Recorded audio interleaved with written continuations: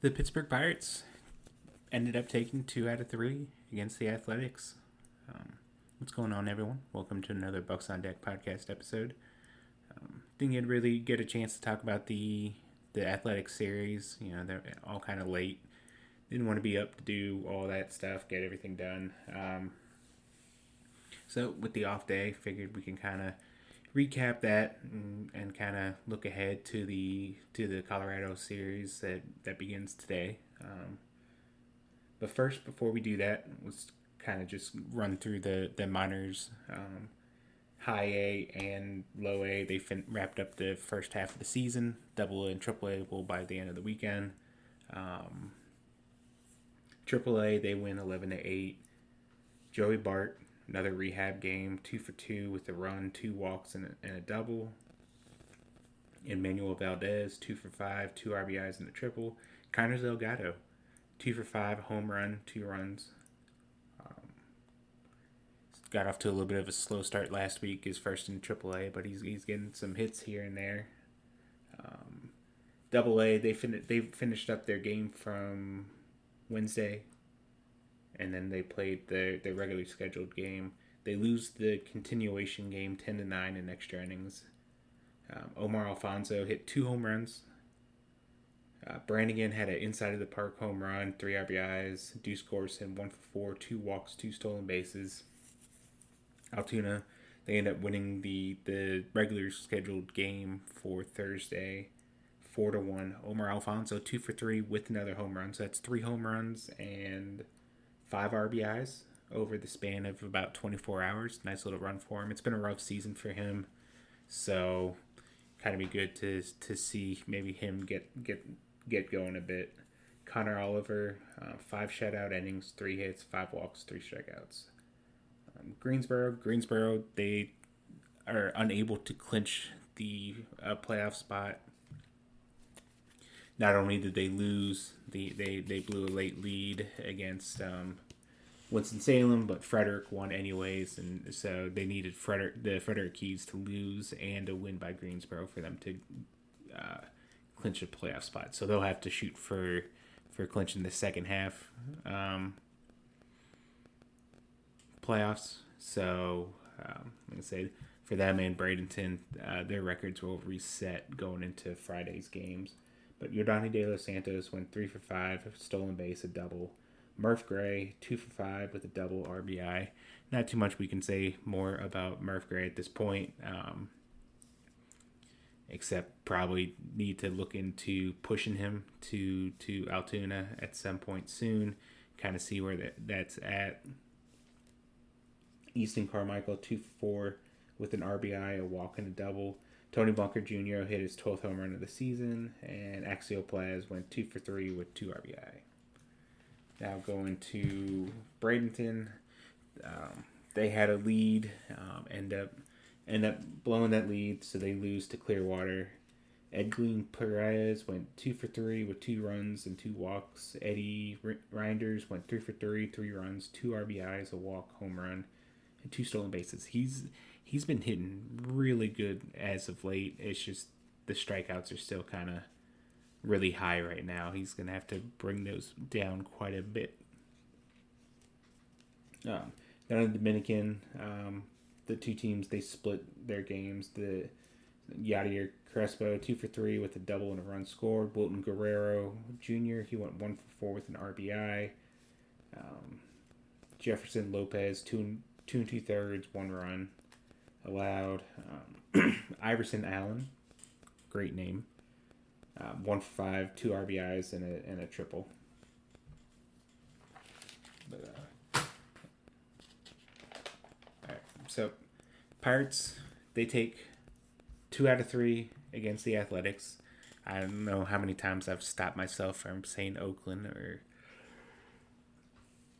the Oakland Athletics. But first game was very ugly. They lose 11-2.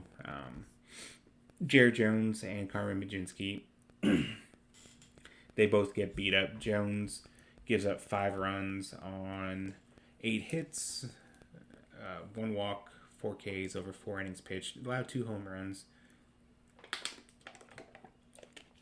Garmin Majinski allowed 6 runs. All of them were unearned. Gave up a home run. He pitched 3 innings. Dennis Santana pitched an inning, struck out 2. Endy Rodriguez hit a home run, his 3rd home run. And then things look like they're heading south once again. Mitch Keller gets tagged for 4 runs in the first inning. Again, a kind of a defensive miscue kind of extends the ending out. But the Pirates rally and end up winning 6-5, and then they blow out the Athletics in the final game, 12-4. Ashcraft, brilliant as usual. I guess we'll kind of start with him. He improves to 6-3 on the season. He throws 6 innings, gives up 2 runs, only 1 earned, 3 walks, 7 strikeouts. It's just been, I mean, another guy that, you know, maybe there's not too much more you can say about him, but he's just been incredible, fantastic. 3.18 ERA. I guess one thing to mention here, he's at 90 innings now. He crossed the 90 inning plateau with that start. Has 97 strikeouts. That will be something to monitor going into the second half, you know, the rest of the season. He threw 69 innings in the majors last year. It was a little north of 100 innings when you factor in. It was about 110 innings when you factor in the what he did in the minors before he was called up. So he's already 20 innings away from his season total last year, and you got to figure they're not going to let him go too far past what he did the previous year. So they might need to start looking to find ways to get creative with his usage. I know there's some talk about him pitching the bullpen, and I guess probably some people took it the wrong way.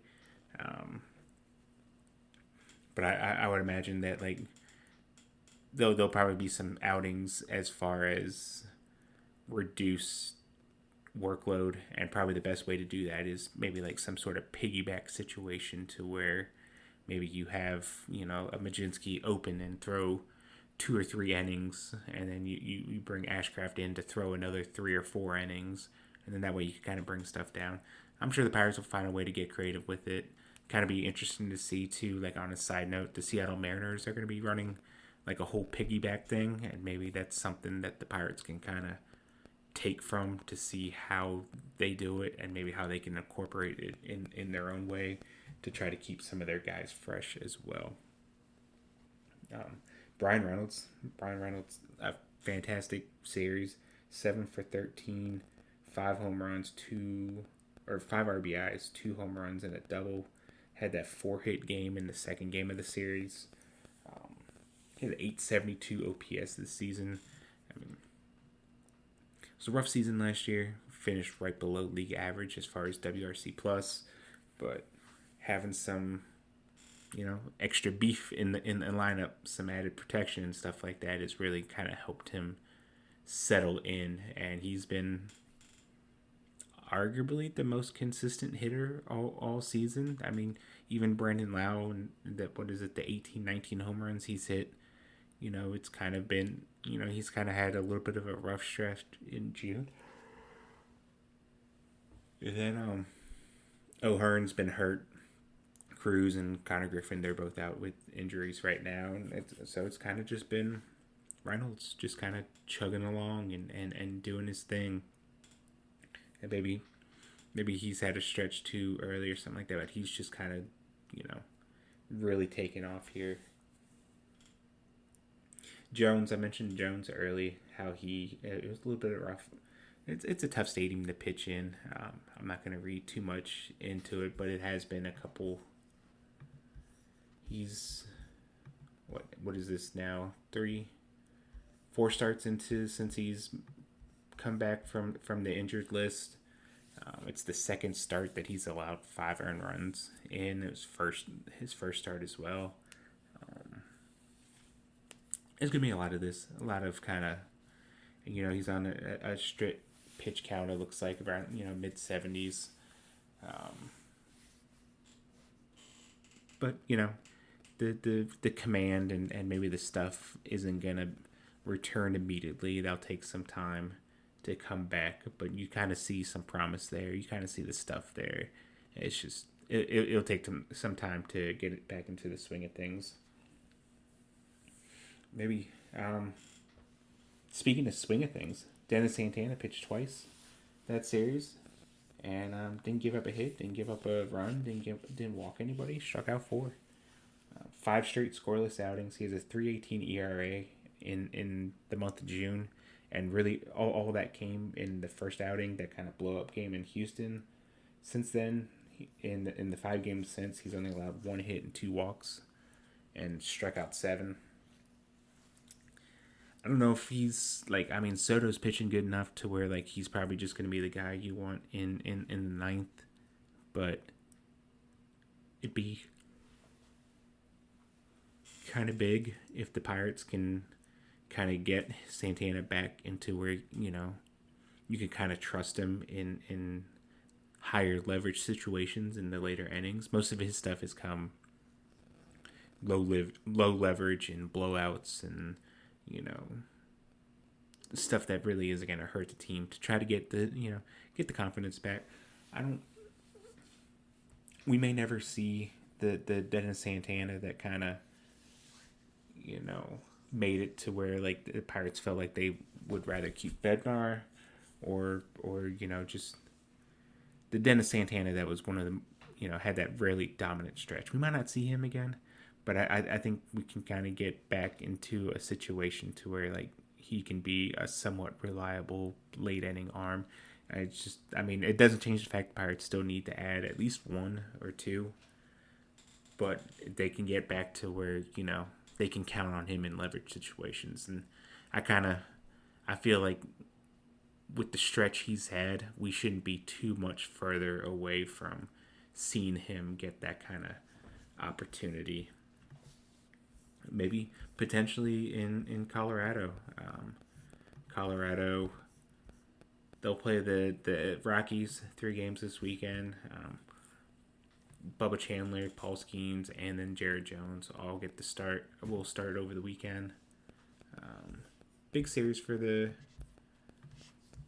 Pirates. They were able to, after things kind of looked like it was crashing pretty hard, the Pirates were able to hold on, and they leave Sacramento with a winning record, and they face the Rockies, who has the fewest amount of wins